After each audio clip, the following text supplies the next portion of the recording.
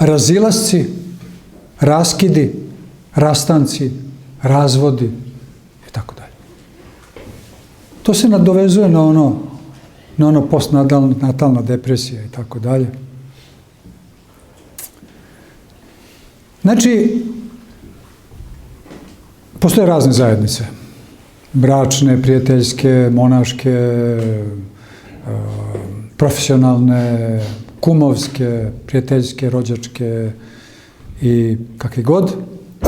I, nažalost, dešava se da te zajednice bivaju raskinute, prekinute, razvedene, rastavljene i već kako god se to naziva. To je naravno uvek u suštini, ako je, znači zajednice, biti zajedno. I biti zajedno je nešto dobro. Znači, na ruskom jeziku susret, znate kako se kaže? Streća. A iz reči streća ide reč sreća. Znači, susret je sreća. Kod normalnih ljudi, kod psihopata ne. Ali kod normalnih ljudi susret je sreća. Zajednica je sreća. Ako je normalna zajednica, ako nije zajednica bazirana na grehu, to je drugo, to ne ulazi. Govorimo o zdravoj zajednici. Nažalost, dešava se da te zajednice pucaju. I onda dolazi do tih rastanaka. I sad, ako je već došlo do toga, ok, u redu, eto i moji su roditelji razvili, šta da radim? Meni je to potpuno normalno bilo u životu. Pa kad odem u kuću nekih mojih prijatelja, tamo tata i mama, kao normalno, kao, se vidite, a ja ne verujem, mislim da foliraju, kao nemoguće se oni lepo slažu, to je nemoguće da se tata i mama slažu, kad tako porasteš. Međutim, vidim ja, došao je drugi, treći, peti put, oni se slažu, pa se pomislim, rekao, a šta se to desilo onda kod mene u kući? Pa što se desilo, desilo se. E sad o čemu se radi? Kad dođe do toga. Nije bitno da je to razvoj braka. Ma kakvi, nije to je samo jedan od zajednice. Možda bude prekid prijateljstva. Možda bude raskid poslovnog dogovora. Znači, i taj poslovni kontrakt bi trebao da bude baziran na ljudskosti, na prijateljstvu, na uzajamnom poverenju. I kad to pukne, znači da je neko tu bio kvaran. Isto tako, dešava se da dolazi do rastanaka u monaškom životu. Recimo, brat napusti manastir. A tu je bio 6 meseci, godinu dana, 3, 4, 5, 10. I dobro, desilo se. Šta da se radi? E sad, šta je jako važno u tim rastancima? Da ostanemo ljudi. Znači, imamo najboljeg učitelja, to budimo ljudi, znate vi svi dobro ko je to govorio, naš blaženopočivši patrijarh Pavle. Budimo ljudi. Nema tog čoveka koji ne zna šta to znači biti čovjek. Može on da se pravi lud, ali njegova duša dobro zna, njegova savest dobro zna. E sad, naravno, mi živimo u svetu koji, između ostalog, radi jako dobro na toj tehnici kako da se uguši savest. Kako ljudi da uguše svoju savest. Znači, naša vera u Boga nas uči, tako da kažem, vežbamo se kako da osluškujemo svoju savest. Da slučajno nešto ne promešimo što nam naša savest govori, savetuje. Uči nas. Ovaj svet koji je potpuno naopaka jedna tvorevina, suprotno potpuno Bogu, on nas uči kako da ugušimo svoju savest. Kad ti savest kaže nemoj to, ti kažeš ma kakve veze ima, ma to svi rade, ma nema veze, ma šta sad, ma niko neće znati. Tako i u ovom slučaju moramo da očuvamo tu ljudskost.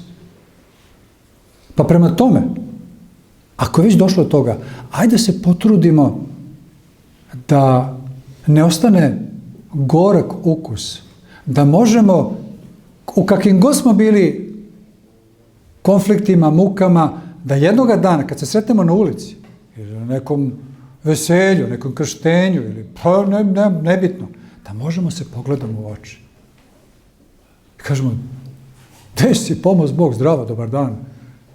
I tako da. Ne moraš ništa da kažeš, ali da možda se pogledaš u oči sa čovekom. Naravno, oni kojima spržena savest, oni će da pogledaju čoveka i ako su mu bili majku. Nema veze. Ali dobro, ne govorimo o njima, mislim, to su sad već neki dinosaurusi, to nisu ljudi.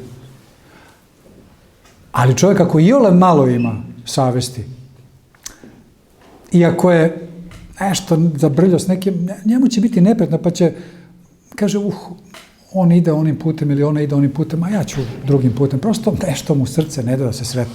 Jer zna da je bio tenkre, mislim, zna da je bio kreten čovjek, zna da je ispao loš čovjek. Bio pokvaren. Znate, mi u srpskom jeziku imamo tako neke čudne reči. Zanimljive. Mufljuz. Funjara. A ima još reča. Fukara. Ili kako Crnogorci kažu, fukara. Kad u Crnoj Gori, kad ti neko kaže fukara, znači nema gore. Znači da si ono... To je moralno smislu. Pa da, naravno. U moralnom smislu, znači moralna nula. Mi kad se upoznajemo, kad ulazimo u te zajednice, mi uvek prikazujemo najbolje od sebe. Sad imate to, naravno, te primjere na tim društvenim mrežama. Mi tamo postavljamo sve najlepše fotografije, pa pratim iz kog profila sam najbolje izgledam, da slučajno da izgleda mi nos možda ovako ili onako, ili da ne znam, da mi se vidi ćela i to, nego da se najbolje prikaže. Pa onda tamo ko neke izjave, kao ja sam veliki, sam ja filozof neki, ja sam tako. I tako privlačimo, pecamo ljude, u stvari uopšte nismo to.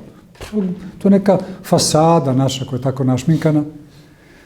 Tako da u tim upoznavanjima i u tim prvim godinama, uopšte u tom nekom, da kažemo, inicijalnom periodu, mi pokazujemo najbolje. Uglavnom glumimo. Ne bi bilo dobro da glumimo. Mi trebalo bismo da smo bili potpuno spontani, takvi kakvi smo. A šta se dešava? Ali u tim razilascima, onda tu pokazujemo zapravo ko smo.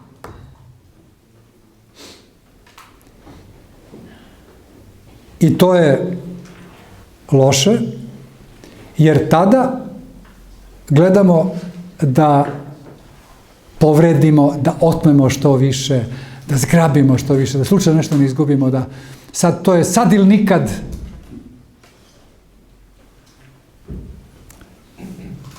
I onda, ko iole malo ima savesti, posle izvesnog vremena mi dolaze, gde ih razara savest i glas savesti. Kaže, oče, ne znam šta mi je bilo. To i to sam uradio bratu, sestri, ženi, suprugu. Ne mogu da živim s tim. I to je super, čoveče. Znači, to je pokajanje. I onda je to idealna platforma sa koje čovjek može da se oporavi.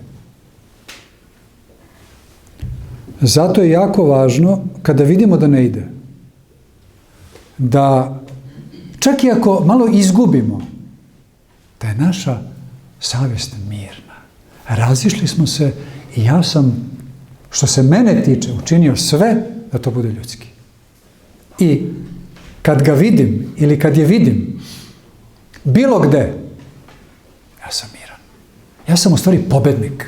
Bez obzira što je pukla veza,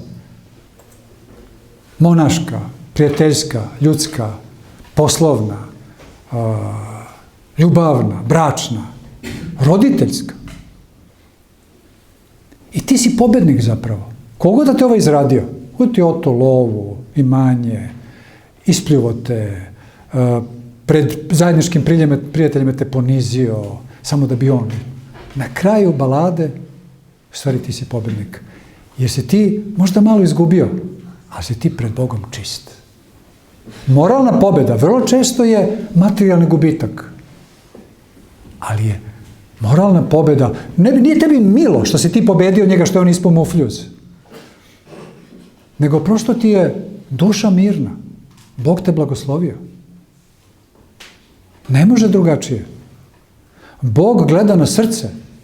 Ne gleda na imanje, na brakorazvodne parnice, na ko je šta u toku zadnjih nekoliko godina učinio za taj manastir. Kao je to on učinio, Pa sad kao, da, ali čime si ti to posle uprljao, brate? I onda pišemo račune. Tačno sve. Toliko i toliko mi duguješ. No. Nema problema. Evo ti. Hoćeš duplo? Evo ti, troduplo. Samo da se vrati mir. Tako da mnogo moramo da vodimo računa da smo u svakom trenutku ljudi. A šta to znači? Da smo Božja stvorenja. A šta to znači? Da smo u kontaktu sa živim Bogom.